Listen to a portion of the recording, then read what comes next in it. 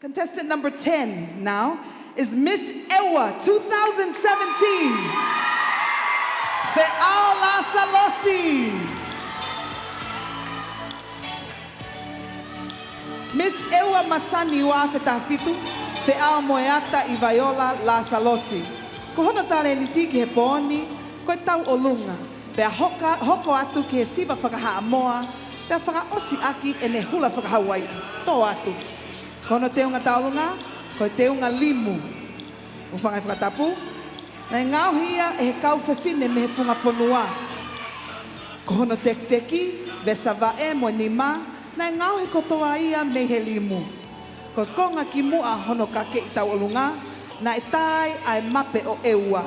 Ke whakamahino e nau pōpō, mo fia ke nau kau atu ki he wike tonga masani o awhetawhitu.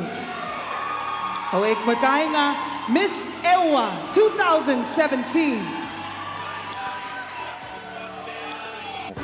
Miss Ewa Masani wa no Fitu Fe'ao La Salosi.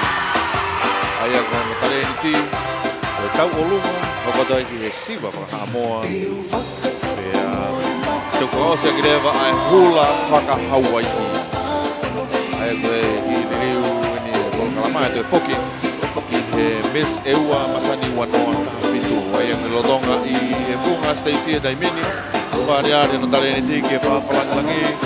Kau whakamau ka pehe poki ki he kau mamatape matoe ngā e matanga. Miss Ewa wa no Fitu Fe'ao La Salosi.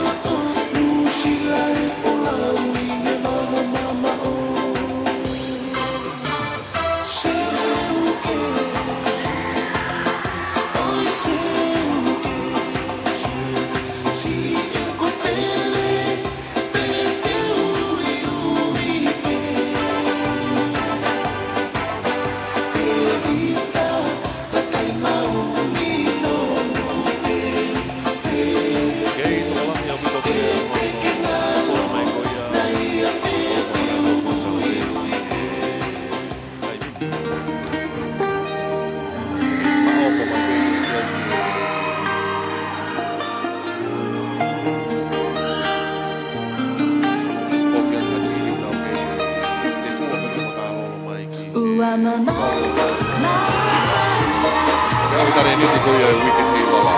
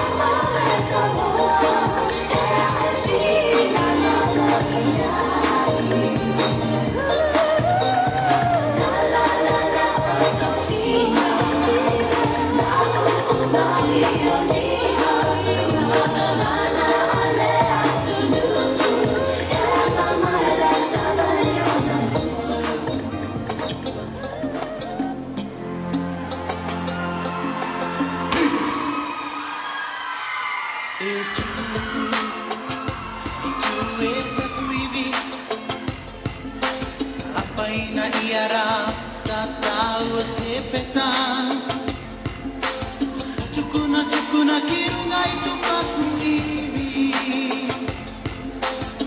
Taiki anato tukuna, emana ianoto mi tukuna.